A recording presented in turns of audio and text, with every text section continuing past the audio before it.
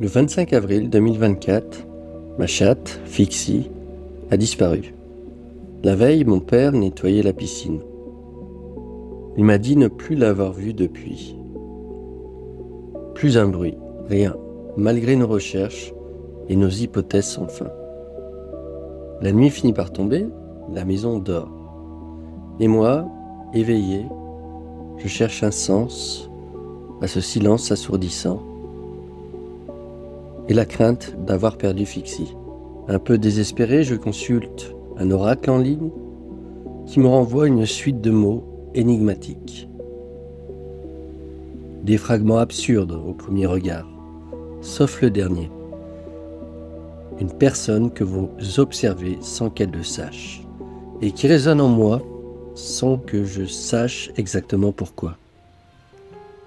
Enfin, je tire au hasard une lame de tarot et c'est la lune inversée que j'obtiens.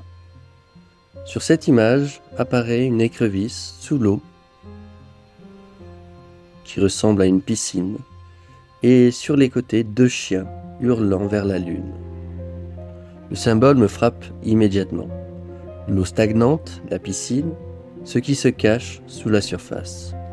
Et alors je repense à ma journée où un rossignol s'était posé sur ma table en terrasse, un rond-point qui avait inexplicablement retenu mon regard, des détails sans lien pour le moment. Et pourtant je sais sans raison claire que c'est cette nuit que j'aurai une chance de la retrouver. Je descends, une lampe de torche en main.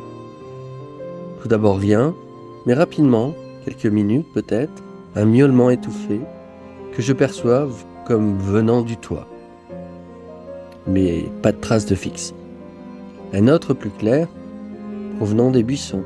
Je fouille, j'appelle, et pourtant silence complet. Je repense alors au rossignol que j'ai vu dans la journée, et je cherche son symbole sur Internet, qui m'indique une âme en souffrance, piégée. Et cette phrase de l'oracle me percute à nouveau, une personne que vous observez sans qu'elle le sache. C'est alors que tout s'aligne. Fixie n'est pas partie, elle est en fait prisonnière, ou du moins bloquée quelque part. Et c'est sous le plancher, en repensant à la carte de la lune, que Fixie avait dû se retrouver bloquée. Je repense alors à ce fameux rond-point, et je vois les trappes de filtration circulaire. Et là, eureka, elle a dû entrer par là. Je finis par les ouvrir une à une, et patiente. C'est alors qu'à 7 h du matin, Fixie surgit, trempée, choquée, mais belle et bien vivante. Difficile de dire si j'ai suivi une intuition, une synchronicité ou simplement relié les bons indices au bon moment. Une chose est sûre, cette chaîne d'événements forme un continuum, un fil invisible tendu entre hasard, perception et causalité.